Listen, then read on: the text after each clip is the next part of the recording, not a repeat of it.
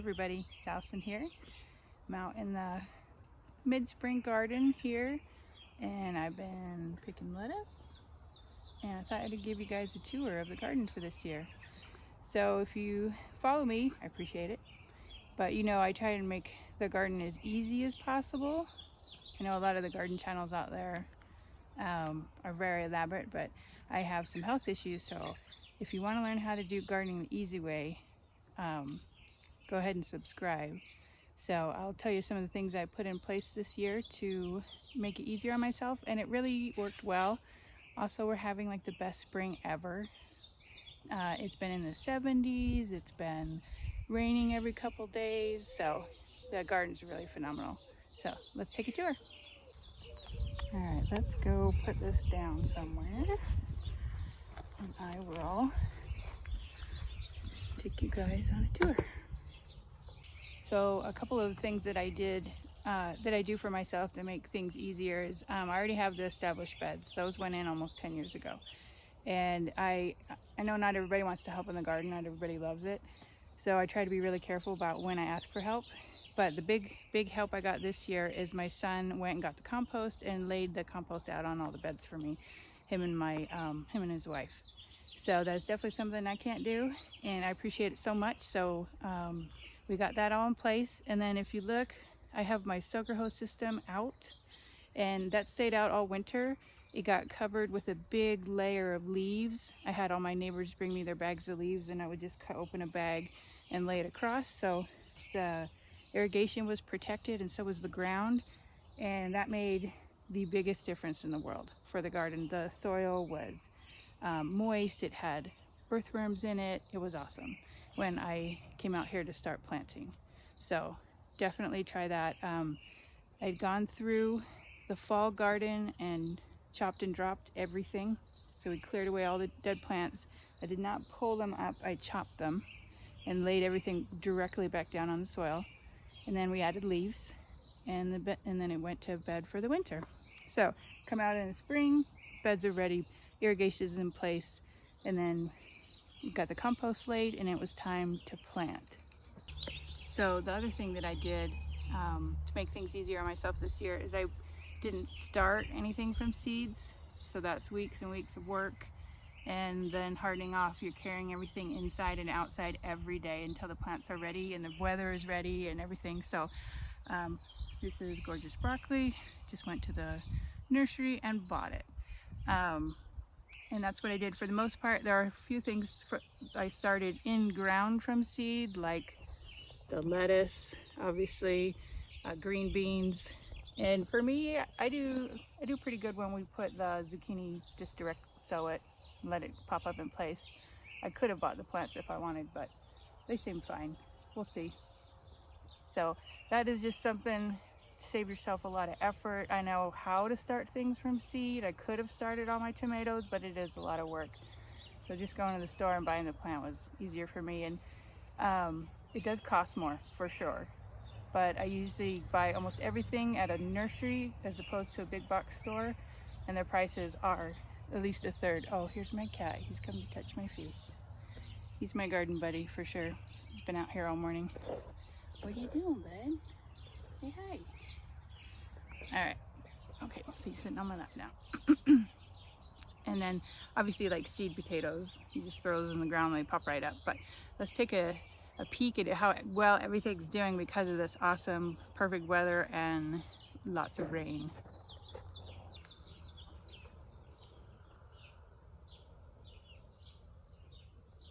All right, let's start with the best. So this whole bed is garlic. And for us here, we start garlic in the fall, plant it out in September, and then it pops up in the spring. And it is doing awesome. They did a better job this year of fertilizing it and watering it more because they're heavy feeders. And then in July, we will harvest it. So this is awesome. This is all from saved bulbs from previous years. So no expense here. And we are gonna have a lot of garlic. The strawberry bed I started last year. It's good, but not as good as I think it should be. Some of these are actually new from this year, whereas the smaller ones were from last year. So I don't know what's going on over here. I really don't. There's the strawberries. And then here is a broccoli cabbage bed. You guys are looking awesome. Really, really good. So I had gotten a 6-pack of broccoli from IFA, and actually in each cell there were 2 healthy plants, so I ended up with 12 broccolis, so bonus.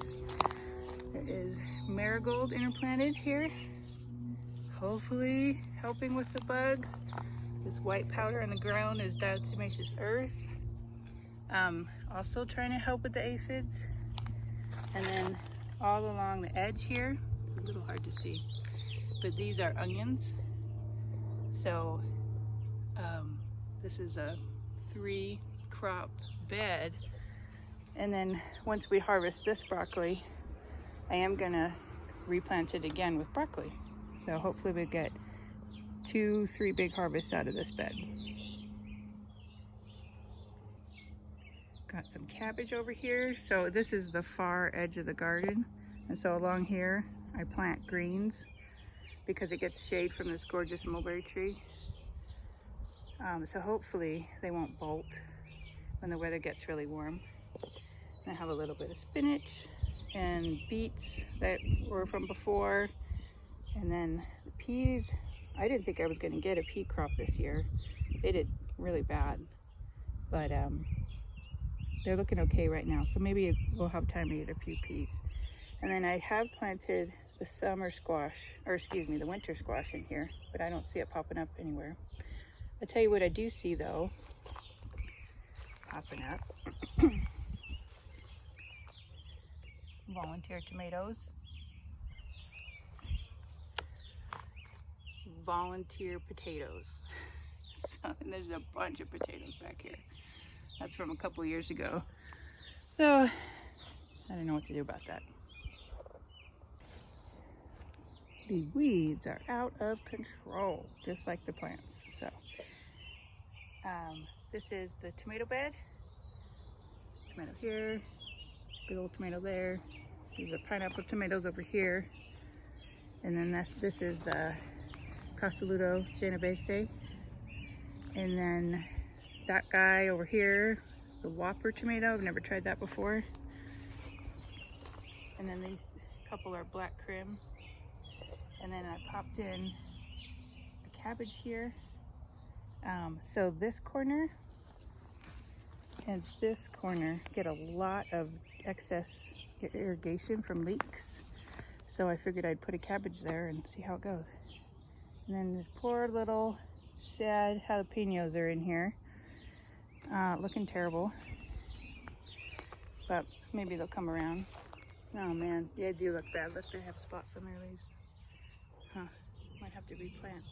So all of this, I know it looks like grass, but it's actually volunteered scallion that popped up all over the garden, self-seeded. So it's a Japanese scallion, a little bit purplish, but yeah, there's tons of it. So we've just been eating it and pulling it up. And then back here is my greens bed, looking fantastic. This is all seed from Dollar Tree. This is just lettuce, looking great. And then these guys aren't carrots, they are celery that I bought the plant of. And then back here we have a few carrots, miracle, I actually got some carrots, and collard greens. And then there's some kohlrabi, a little bit of kale. There's a little bit of kohlrabi here and there. So I just harvested lettuce. I'll be maybe replanting some more. And then there's a couple of cucumbers. And look at this. I'm already gonna get a cucumber by next week. So I bought these plants from the nursery and just made a little trellis for them. This little part's a mess. It's got all that volunteer onion in there, but there are a couple cabbages and a couple strawberries. And then if you come over here, My thyme looks awesome. It's from last year. Beautiful, beautiful. And then this is the other tomato bed. So I believe these guys are jet setters. This one here is a 4th of July, or jet star, not jet setters. There was 3 or 4 of those, and I'll come around and tell you what the other ones are. And again, row of onions all the way down, so I'm getting a double crop out of this bed. There's some lettuce from before, and then these are the hot peppers.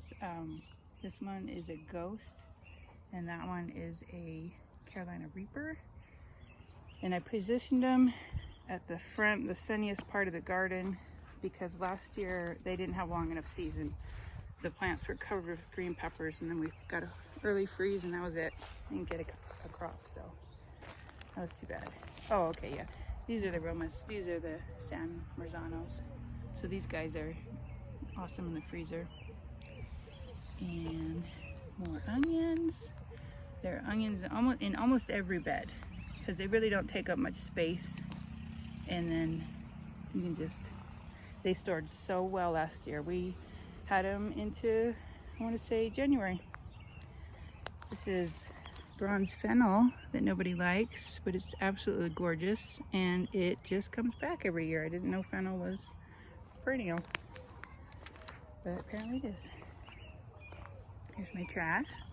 Okay, I'm going to tell you about my potatoes before we look at the broccolis. So I had gotten this many seed potatoes from the store and planted them, and then I read about the yellowfin heirloom potatoes and how well they store, which I do kind of have a problem with, because I don't have a really good place to store potatoes in this house. You need a cool, dark place that's humid, and we don't have that. So anyway, I ordered 10 pounds, which I thought, oh, that's not bad. That's about this much, right? This much, right? No. It was so many potatoes. This is all yellowfin. All of these that you're seeing, bags with potatoes, yellowfin. And then all the way over here, move my hand, that, more. And then this weird pile you see right there, that's more potatoes. So hopefully it all works out and we have an awesome crop of potatoes. Man, they are looking fantastic though. I mean, these guys are like, for being planted a whole month late, they're doing really, really well. And I got a little bit of mint here. So here's a junction of my soaker hose system, and I get some spray, and then I get a little bit of extra drip here. So I try and put plants under there to catch it, and it's been working great. All right, so this is another broccoli bed. Bunch of flowers planted here, some gorgeous stock. And then again, some interplanted marigolds. Hopefully that'll work. There's a daisy coming back. Excuse me. And then so there's broccoli here and a little bit of kale. And I've been coming through and just picking a leaf or two off of everybody. And we're having greens. And then again with the onions. All over there. Ma'am, can I help you? So, we had a terrible, terrible winter, like most of us did. And I actually had a total of 7 chickens die over the course of several months. It was horrifying, just terrible. So we have 2 sets of new babies. These guys right here in nest down in the corner, that they're almost grown, but they were the first set we got in January. And then we got another set. They're still separated from the big girls. And unfortunately, I have 1 rooster here and 1 rooster here that I don't know what to do with. So, there's chickens for you. All right, so this used to be the tomato bed, and it is now all hot peppers. And then there's onions planted along the drip lines. So all of my peppers look a little like they're suffering, but I think they'll be all right. They'll bounce back. But I have Thai hot, cayenne, paprika peppers, tons of Anaheims, Actually, a lot of these are Anaheims because last year we picked them and smoked them. Oh my goodness, they were the most amazing thing ever. Again, a few more flowers. And then these are Cherokee Purple. Gosh. Okay, I'm going to tell you another reason to avoid buying from a big box store. I really wanted to try the Cherokee Purple without starting from seed, and my nursery didn't have it this year. And I went to 2 or 3 looking, and finally I went and bought this from the HD. And this little plant, see how tiny it is? It had like 9 flowering buds right here that I nipped off. Because good grief, the plant is only as big as my hand. It doesn't need to be putting energy into making tomatoes. It needs to grow huge first, but they spray it with something that makes it bloom. So anyway, I hope they'll be okay. They're kind of feeble compared to the ones I got at the local nursery. So this bed, as always, with the trellis, looks terrible. That's okay. Got green beans, and then this is zucchini starting to pop up. Cover it up, keep my cats out of it. This is a very, very sorry looking oregano. And then there are cucumbers popping up, looking good. And then this bed isn't terrible, looks awful. So I have right here yard-long beans planted. I don't see any of those. And then I planted bush beans all through here. Only have a couple, and it needs to be weeded already. It looks terrible, but we'll see how it goes. I might have to replant. But the green beans are popping up over here. And again, that white powder is trying to keep the bugs away, but as you can see, green beans are delicious.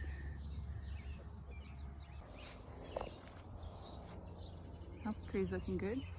Got a little apples coming.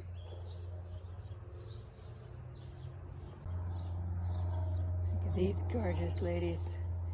This is a whole huge oregano, and then there's lemon balm here. And then I planted a few more bulbs in each of these little front flower beds. So hopefully those will come up. And it is about to be mulberry season. Millions and millions of mulberries for me and the birds. I should not be filming this bed because it's full of weeds, but I still got to show you some of these gorgeous May flowers. May is such a good month for us. Look at all these buds. We had double the normal rainfall and snowpack, and you can tell from the garden. I don't know if you can see these alliums. They, I don't know if they seed themselves or they spread by bulbs. I think spread by bulbs, but the whole bed was covered this year. Gorgeous. And the iris is starting to come back.